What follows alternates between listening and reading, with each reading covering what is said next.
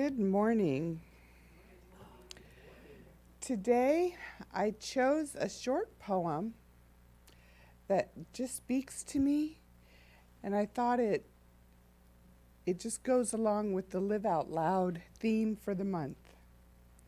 So I just invite you to take this in, however it lands. If it applies to you, I hope it does, and if it doesn't, just take what does. The door to my heart will always be open, but I've renovated the porch, and you'll have to step up to reach it these days.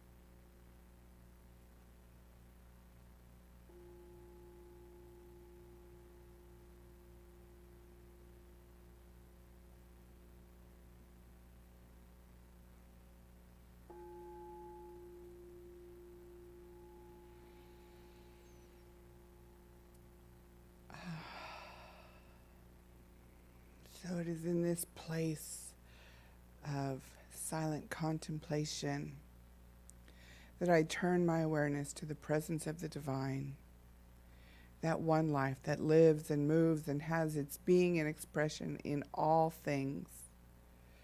since the dawn of time, knowing that there was not even a dawn of time. There is no beginning. There is no end. Spirit is. Spirit is that which lives and moves and has its being in, through, and as me.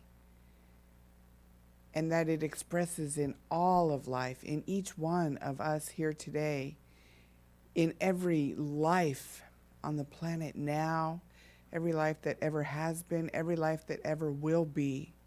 This infinite, expansive, creative intelligence, this divine love, all those amazing qualities that we ascribe to it, to God, good, orderly direction.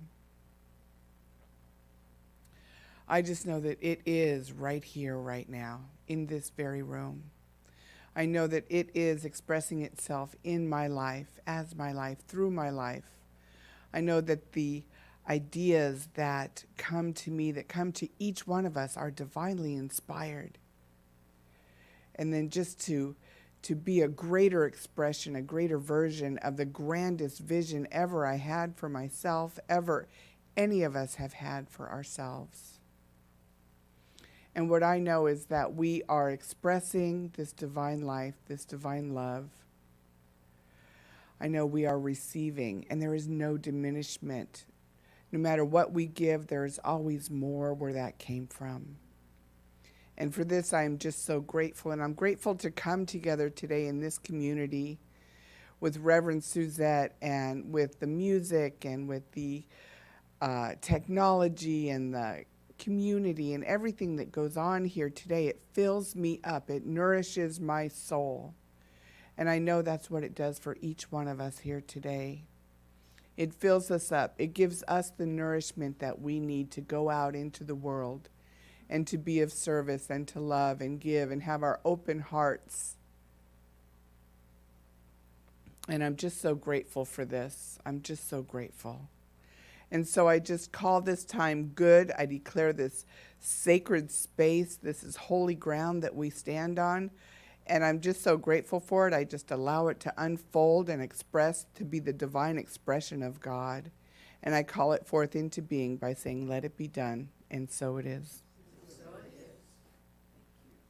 Oh, and now we have Miss Leslie Alexander. Yay.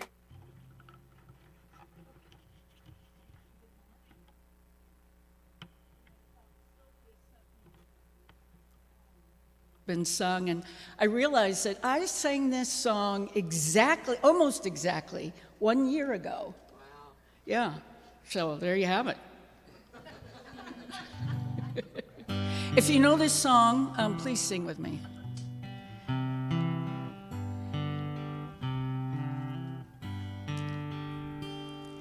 It's in every one of us to be wise. Find your heart, open up both your eyes. We can all know everything without ever knowing why. It's in every one of us, you and I. It's in every one of us, we are free. Find yourself, open your eyes and see. We can all have everything without ever knowing how. It's in every one of us, here and now.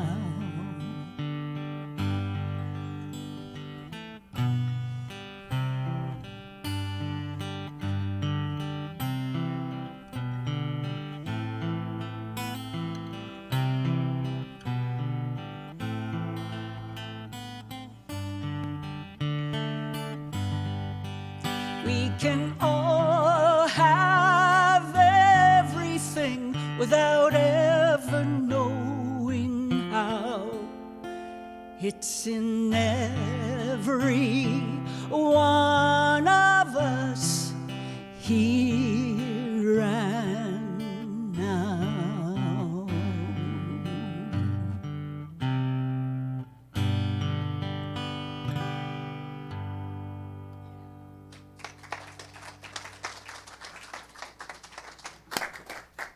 That was really nice. Thank you. Thank you.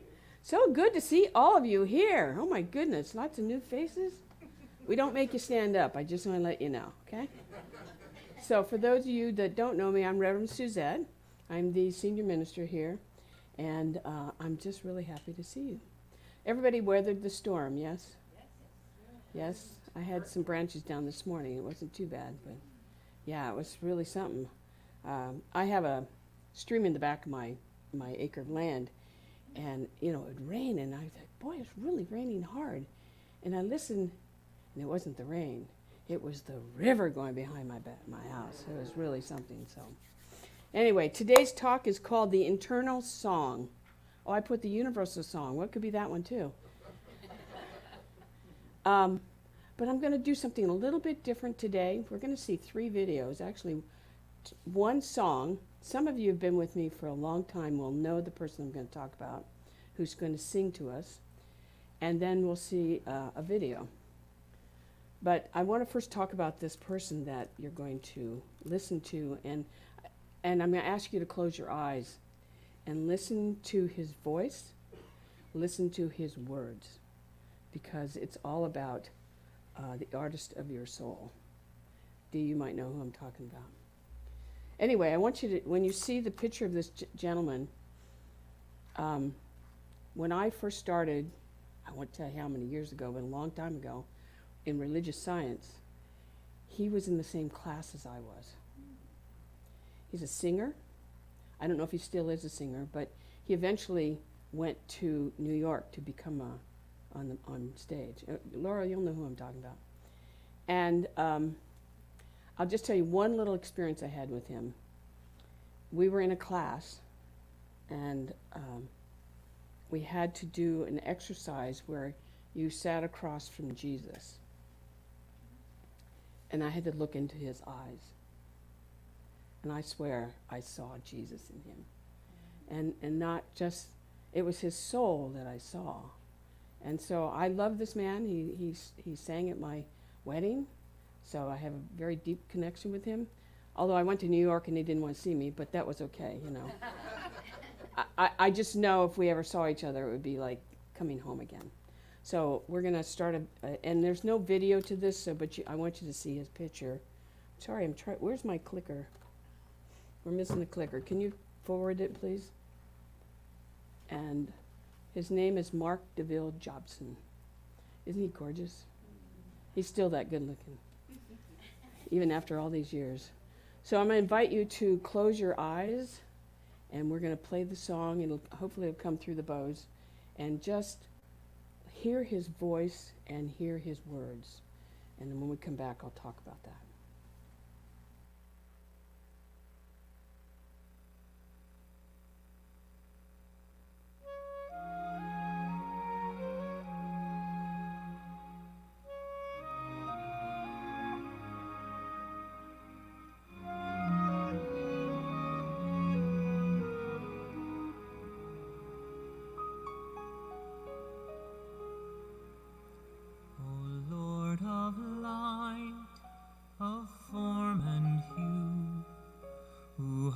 Created all things new.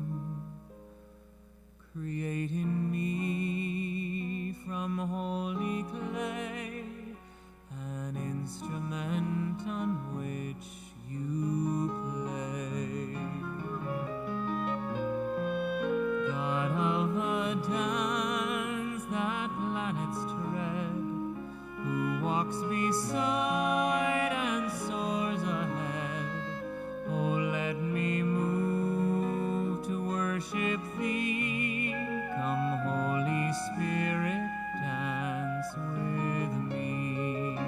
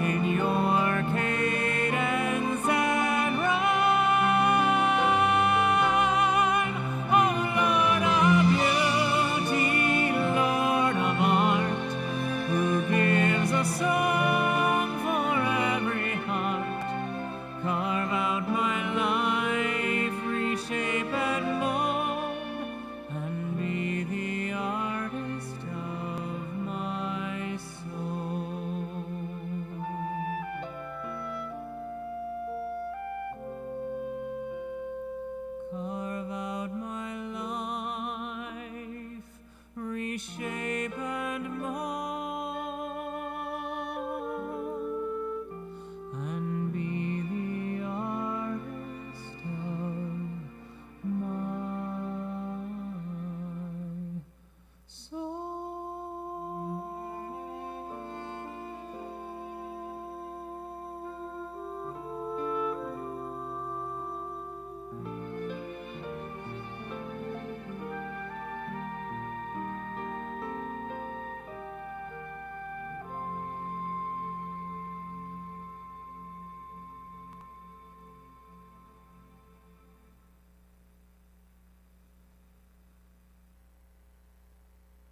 Artist of our soul.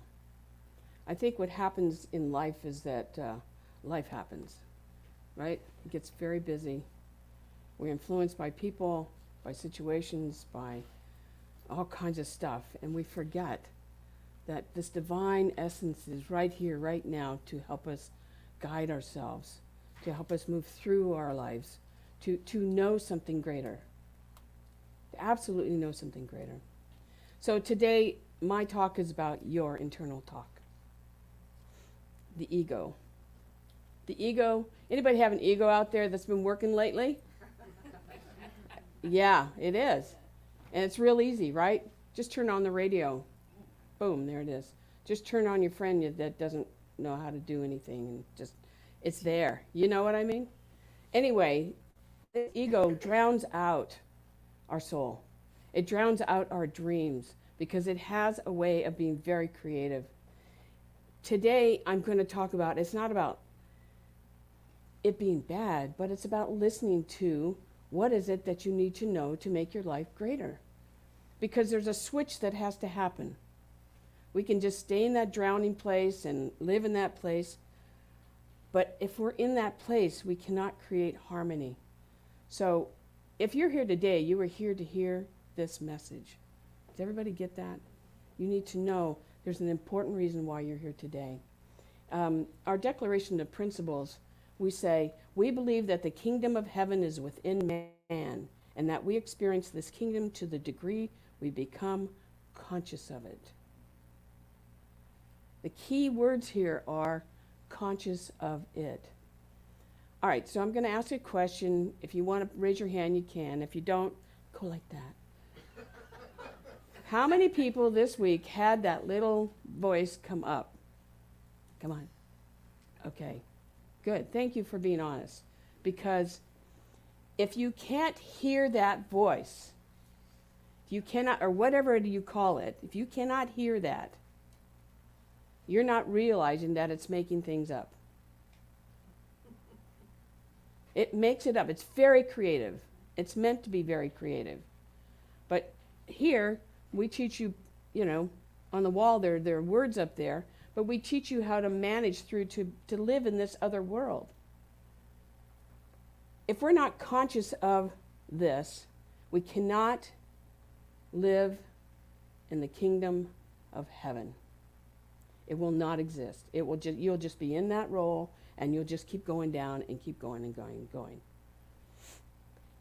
I had this down to say it twice, but I think you get my point. So let's talk about that internal voice. I have names for it. I'm going to say mine, then I want you to tell me what yours is, because I'm sure you have different ones. The ego, critical voice, tapes, monkey mind. What's your name? What? My mother. What's that? My mother. Your mother? Okay, good, good. Fear. The committee. The committee. I like the committee. Come on, there's more. Belief system. BS. Oh, I like that one. But see, you recognize it. That's really, really important. See, the thing is, and I think what I'm going to say next, you probably have heard this before, and that is, as growing up, we probably hear our mother, our father, our teacher, or whatever, and they were trying to guide us. I'll give you a little story in a minute about that. But what happens is we started to internalize that, and it became a drumbeat to the choices that we make. I'll give you a little example. When I was in my about 16 years old, I played badminton. I was very good, very, very good. But I got a little cocky. So I went to this tournament. I'll never forget. This is one of those, you know how you have a tape that goes through your head and you go, oh, I want to forget that one. Anyway, I was playing badminton and I played against an opponent that I should have just like, in the world of badminton would be kill them. In other words, get rid of them. Done. All right? So I'm playing and I want to have some fun. You know, I'm 16 years old. I've been disciplined. I've been doing my work. I want to have some fun. Well, this girl almost beats me. I mean, she almost beats me. And I'm a little frustrated, but I come off the court and my coach, and I had a coach from the time I was that high till that high, and she took me aside and she said, don't you ever do that again. You should have just killed her. And I'm like, you know. Of course, I'm 16. You know what 16-year-olds do. I said, don't tell me how to play my game. Right. And you know what she said to me? She said, I'll never tell you again how to play your game. You can do it on your own. So how does that play out today? I know exactly how it plays out today. When I started to I did everything by myself. I knew I had control over it. I can manage it. I can do it. But as I've gotten older, I went, no, I can't. So I have all these wonderful people surrounding me. But I still do it at my other job. I sell promotional products. I've been doing it forever. I doubled my sales last year, and I was so stressed. Can you relate to what I'm talking about? We have to do it all. The point is I don't have to do it all, and I'm creating new methods. But that's what happens when we listen to those old tapes that are going through our mind, is that it takes over our current life. We forget, I wrote this down, we forget we are spiritual in nature and let underlying beliefs hold us down. And that's an old one, a really old tape for me. But it's something that, we have to identify. What is that that's holding me back? What's stopping me? What's that thing that continues to be the theme in my life? So I'm going to talk about 3 different situations. These are normal things that happen to most. Anybody hot in here? I'm pretty warm. Can we turn the air down, please? And it's already down low, but it's still hot. I think you guys you're heating up the room. What can I say? So there are 3 examples, and I have an antidote for all of these. But I have a simple message in the between. The first one is that we believe in lack. In other words, there's not enough. Ever. Ever. Money, friends, love, you name it, there's not enough. The truth is, it's unlimited. But when we are in that place of lack, and this is the key word, we automatically limit our possibilities. It's automatic. So if you go lack, it's unlimited. It's no possibility. We can't do it. So here's the theme from all of these. We have to train our mind and our soul. We can talk to our mind all the time, but it doesn't listen. So we have to embody this in a way that we know that there's a different truth out there. There's something greater for us. We have to know there's an abundance. I mean, look in this room, and there's an abundance of everything in here. You go outside and you look at a tree, and there's an abundance of leaves. And if it's not there, go find a tree that's going to blossom. It's the most incredible thing to watch, where they all start to come out at once. There's, what did I say, 2 or 3 weeks ago, 4 weeks ago, I said there's enough money in the world that every person in the world, if we would just all put all the money on the table, would have $8 million. It is not that there's not enough.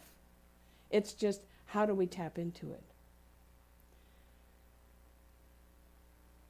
Now, I'm going to say this because I think that it's important for us to realize not only the power that we have to reverse how we're thinking, but I want to embody this in you.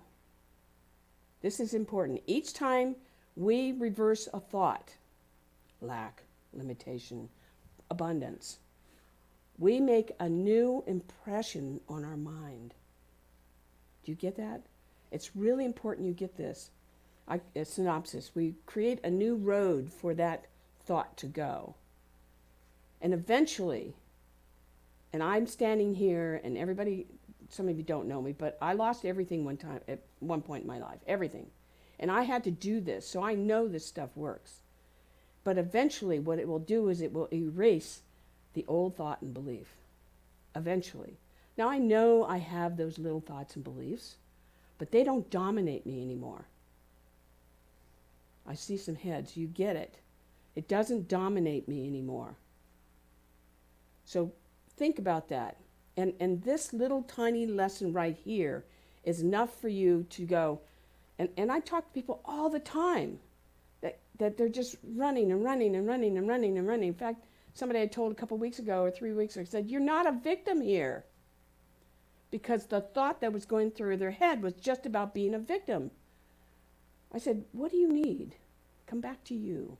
What do you need?" And we finally got to a place. They didn't like it, but it was okay. If you want to hear the truth, I'm going to give it to you. It's not because I hate you. It's because I love you. It's because I care about you. I want you to know that you deserve to be the other way. You need to know there's an abundance. You need to know that you're okay. Because we can't move forward until we kind of get to that center. So let's talk about illness. In fact, I have something, I picked this up from Gold. I've been reading The Infinite Way. This is the old book from Joel Goldstein. Look how small it is. It smells old too. He says, inasmuch as we cannot meet a problem on the level of the problem, we must rise above the level of appearance in order to bring out the harmony of being. Brilliant words. And I don't even know how old this book is. What's the date on this? 1947. That wisdom has been out there forever. We need to listen to it. It works. So on illness, when we think and believe in illness or disease, we are actually expanding that. How many people have thought they're going to get a cold? This is real simple. Thought they're going to get a cold? Raise your hand. Everybody, you thought you're going to get a cold? Raise your hand. You all thought you were going to get, at some point in your life, you thought you're going to get a cold, okay? Yeah. And then you got a cold. Yeah. How many people thought they're going to get a cold and said, "No, I don't want to have a cold"? Thank you. And you didn't have a cold. And that's real simple, but it's kind of like, I want you to get the steps here. We can change our thinking along the way. You know, I put here, we have to remind ourselves and consider health. The opposite of whatever it is. I remember taking practitioner class, and I didn't get this for a long time, until the teacher put on the board, you have this, what's the opposite of that? You have this, what's the opposite of that? And it goes on and on and on and on. So I don't care what it is, whether it's illness or not enough money or, I don't know, XYZ situation. Think the opposite. Bring that into your mind and focus there. Focus there. The thing is, when you do that, you bring in what I call a greater sense of possibilities. More can happen. If not, you're stuck in this one, groove. You're stuck in the groove. Another one, and I think this one is really powerful, as we do not think we're loved. We're not lovable. You don't have to raise your hands. But I can remember when I didn't feel lovable. I lost it all, and I lost love. But when we do that, what we do is we crowd out our friends, and we crowd out relationships with people. I can remember having to start over and going, I don't know, and chasing until I realized, and I always hated when people said, you got to love yourself. Right? Got to love yourself first. Anybody here wonder why someone would say that? I'll tell you a secret. When you love yourself, you're going to say, this is what's important to me. This is what I want. This is how I want it. This is the direction I want to go. This is the person I want to be with. When we do that, what happens is, that's what we attract. we will attract at the level that we're at, and not any farther. So that's why they want you to love yourself. So do that first.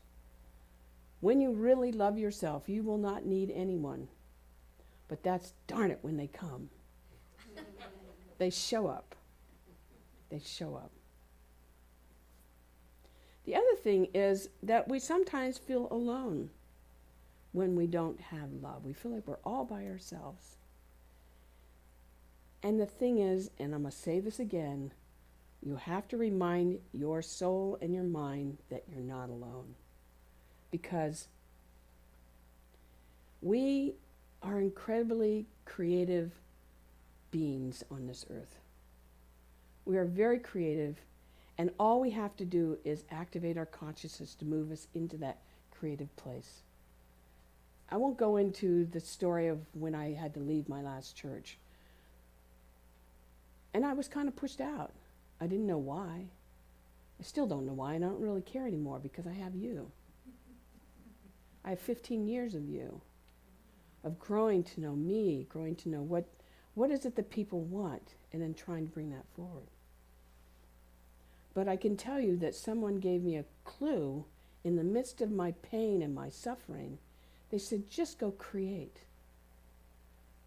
Do what the divine asks you to do and create that which you want. And it took a long time. It took me 10 years to heal myself. But once I realized I cannot feel bad for anybody else, I have to heal me and move into what it is that needs to be created. And here we are. Here we are. So I'm going to, I want to talk about one other thing, and that is mental equivalence. Everybody know what that is? No. Some do. Okay. What a mental equivalent is, I always think of an athlete, like an Olympic athlete. And the Olympic athlete will mentally think about every part of their body and that they are the first one over the line. And that's what they train. They train their body, their mind, and their spirit, so that when they're on that other side, they're like, yeah, it was me, I won. So mental equivalents are very important. We have to move in that direction. And I'm going to introduce you to, and Martin will be bringing this up in a minute, an individual who I never ever thought about until I'm creating my talk, and guess who pops up? I'll show you in a minute. But someone who created a mental equivalent of what they wanted to do in life. And it's another singer. And in fact, I can remember when the singer was just starting off, I thought, God, that's a weird person. They do these weird things. They put they had I saw an interview and they had a wig on, but it was on backwards. I thought, you know who it is? And I thought, well, that's really strange. And they wouldn't even say who they were. I thought, well, this is really, really out there, you know. But then I would hear people say, oh, but you have to hear their voice. It's the voice of an angel. And I'm like, okay. So we have about a 2.5-minute clip of this individual. And I'm not even going to be playing their music, but they interviewed her. And I want you to think about the mental equivalent she's created. And this particular individual I got to see last year. And she's now recreating herself into something else. I'm not sure if I like it, but she's recreating herself into something else. But I think that she's the kind of individual that will create forever and ever. So I'm kind of excited to see what she does next. So we're going to, let me show you who it is. Lady Gaga. Lady Gaga. I mean, crazy. I have to tell you, but everybody talks about her. And Martin, let's bring it on. This is a short clip.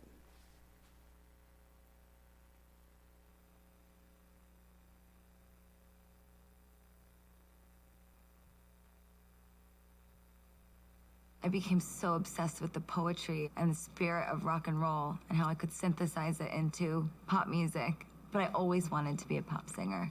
That was the ultimate sort of dream come true for me, was that I would work endlessly towards this experience with music, with songwriting, with performance art, and how I could bridge fashion and technology and pop culture into one performance, and then make it commercial and translate that idea, that very theatrical idea that so many people didn't understand. How could I translate that to the whole world? And that's why I never back down, no matter how many radio people said I don't get it, no matter how many people said we're not sure that this show will play very well in the Midwest. I never back down.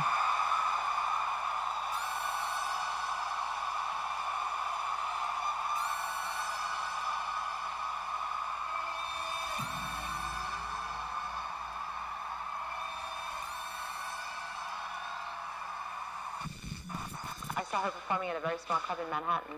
I actually was really impressed by her. I thought she was really cool. I loved her rawness, and there was something fresh about her and ballsy. I do think she's very talented. Lady Gaga might be the sweetest angel ever. She's got a belter of a voice. She's a really good instrumentalist.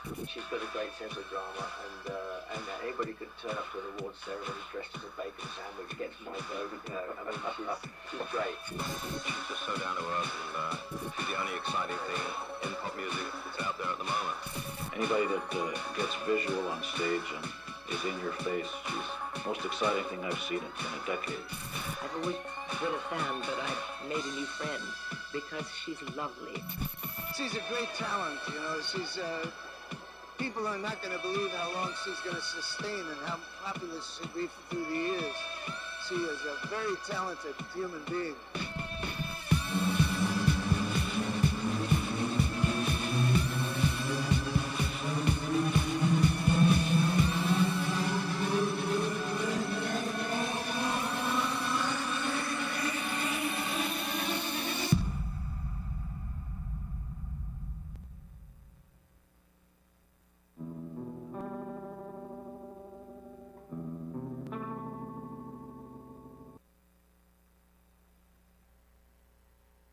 Because I'd love to see the whole video. There's the video if you ever want. Just look her up. It's pretty cool, incredible. But she created the mental equivalent. She's now is now doing a show on Tony Bennett's songs, plus some of her new stuff or her older stuff that we're all familiar with. But think about her. She's multi-talented, and it isn't that she just created an experience, not just for herself, but for her audience. And every song that she sings, every new song that I've heard, has some meaning to it. So she's grabbed these young people and this old people and everybody in between and said, here, listen to my message. That's a mental equivalent of I want to do good in the world. So I show you all these things because I want you to get a bigger picture than just what your life is. You may have all kinds of stuff going on, but create what you want. Create what you want.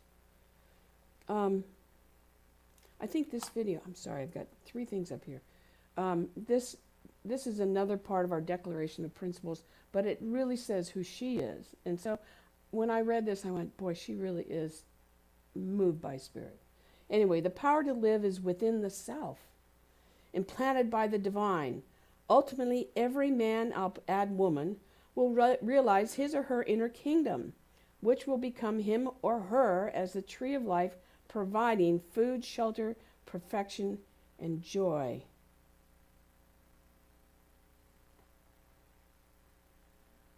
Bringing all that back. We have to remember we're never alone.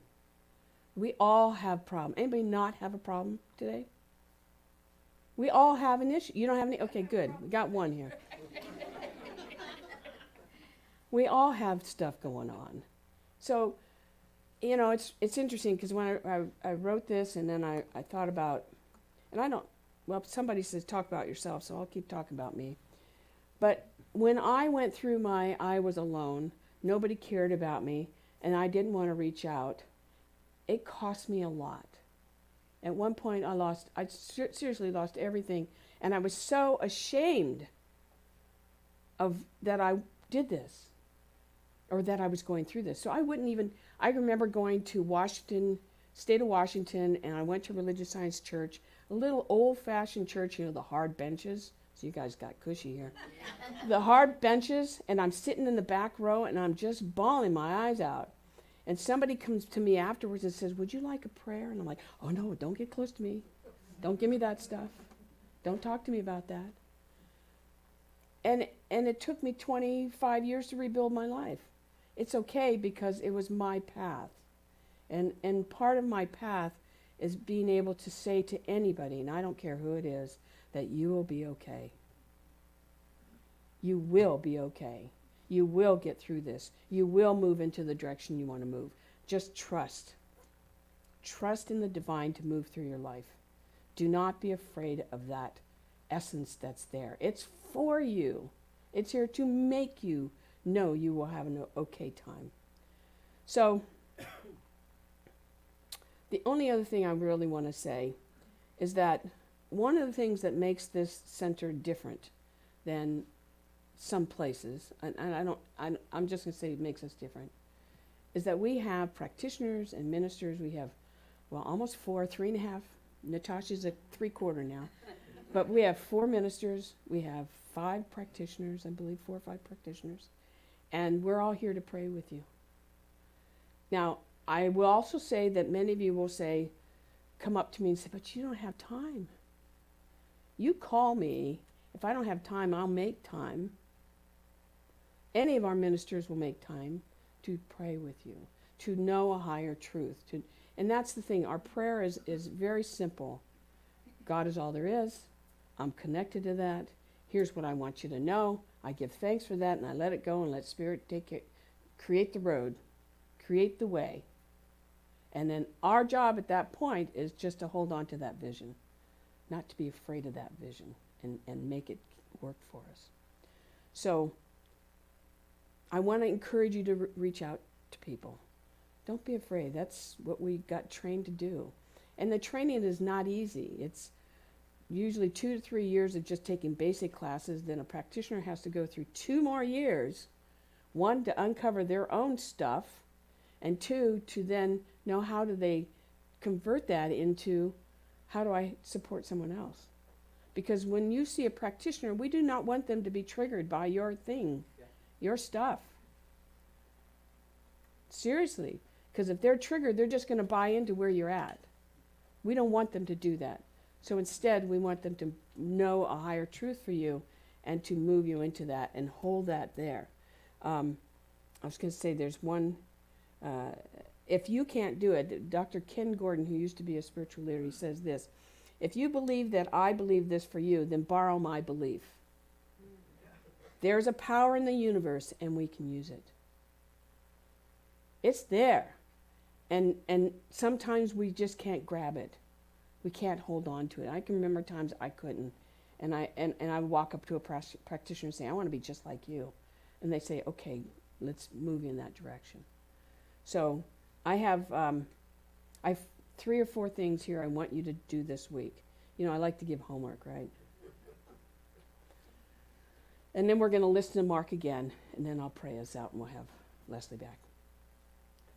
So the first thing is I want you to be bold this week. I want you to be bold in your expression of who you are, what you want, where you want to go, how you want to do that. Just try it for a week. Try it and see what happens. I want you then to, if you have something come up, which it will come up, I want you to take, I gave away a lot of journals. If you need a journal, you let me know. But I want you to write your own prayer. Now,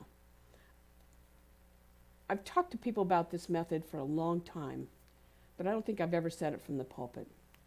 But what I want you to do is take your journal, and on the left side of the page, I want you to write all the garbage that's in your head about it. And if you swear, swear a lot. Get it out. Dump it. Dump it on one page. Then And if you need 2 pages, you can take 2. Turn the page, okay? And then what I want you to do is I want you to write a prayer. Remember I said you want to rewrite the negative so that it becomes something that will work for you. And just write a prayer, however you want to write it. I don't really care. We have our own method, it doesn't matter. But write the prayer that you want. What is it that you want? And then I want you to set it down, and I want you to see how you feel. Because when you do that, generally you will feel better. Now, if it doesn't go away, you go to the next page and you write more stuff that you need to dump out. And then on the next page, you write your prayer again. You do it until you feel better. So that's part of your homework. The third thing is, today we're doing what we call living room conversation. The reason I'm doing this is I want to get us back together. And this is a nice way of being able to be together and just talk about stuff. So once a month, the third Sunday of the month, we're going to be doing the conversation. And today is the discussion, the search for purpose. Sounds very big, but we'll keep it to an hour, okay? And then the last thing is, I'm going to end with Mark again. And I want you really, I'm hoping that all the words that I've said today sink in to your soul for you to remember who you are. Because you're a divine, every person in this room and outside is a divine being and deserves to live a wonderful life. And what I say is, here is we create your greatest life. And there'll be a test on this afterwards too. There'll be some fun with that. Anyway, the point being is you're here to realize that and to feel that. And so I'm going to let Martin play this one more time, and then I'll pray us out, and we'll have more Leslie. So I invite you to close your eyes, and let's go ahead and play.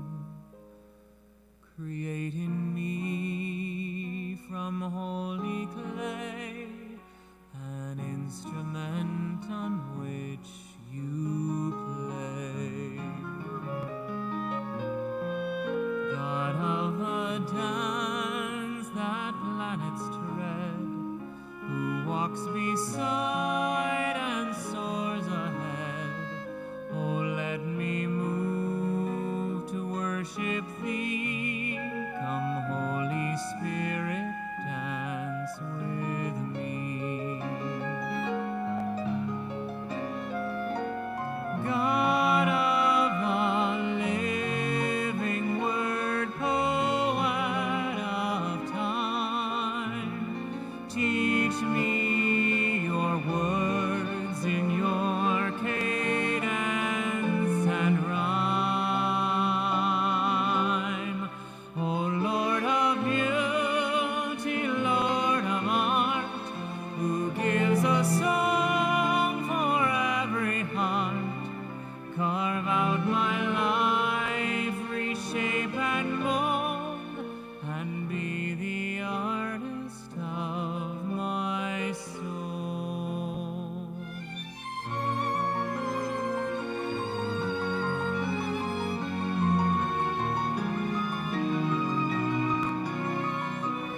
Teach me your words in your cadence and rhyme. Oh, Lord of beauty, Lord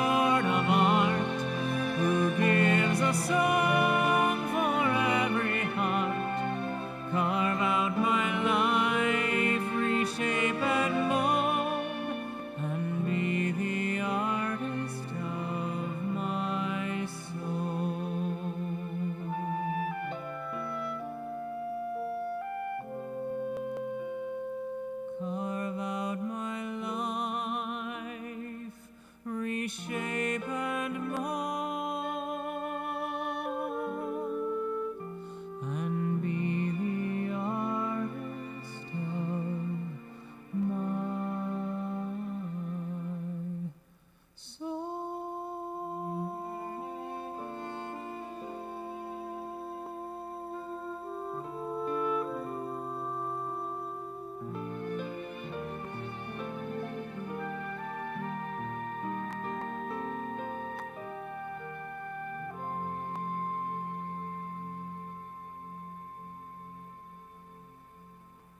We close today. Let us know that we are surrounded, embraced, a part of something that's much greater than we could ever imagine. It is that essence that moves through our lives. And it is everywhere, in every situation, in every feeling, in every thought. That divine is moving through our lives, in our lives, and as our lives. And as I know that truth of all of us being connected to this one source, I know that every single one of us chooses to be one with this source, allowing it to move through us to create that which is greater for us, a greater thought, a greater outcome, a greater knowingness. And so I know and accept that every person that is here today is here on purpose, not only for themselves, but to take that word out into the world, to see that for others, to know the truth that everyone deserves this great life. And so I bless each person that is here. I bless the words that we're listening to. I bless the songs. I bless Lady Gaga. She's out there in the world creating as an example for us to watch. And I am just so grateful for the truth to be revealed, to heal, to make more, to make life more and better. And so with that, I release these words into the infinite law of mind and love, knowing that as we do the work for ourselves, that love just comes out in everything else that we do. And so with that, I give great thanks, and I let it be. And join me in saying, and so it is. Amen. Thank you very much.